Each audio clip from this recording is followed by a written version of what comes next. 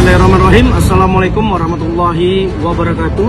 Kepada yang terhormat Panglima TNI Laksamana TNI Yudo Margono, saya Fahrul Razi, Ketua Komite 1 DPD RI yang juga Senator dari Provinsi Aceh, pada pagi ini mendengarkan informasi yang viral di media terkait dengan meninggalnya warga Biren atas nama Imam Mashkur, di mana telah dilakukan penyiksaan hingga menghilangkan nyawa yang dilakukan oleh oknum Pas Pampres atas nama RM.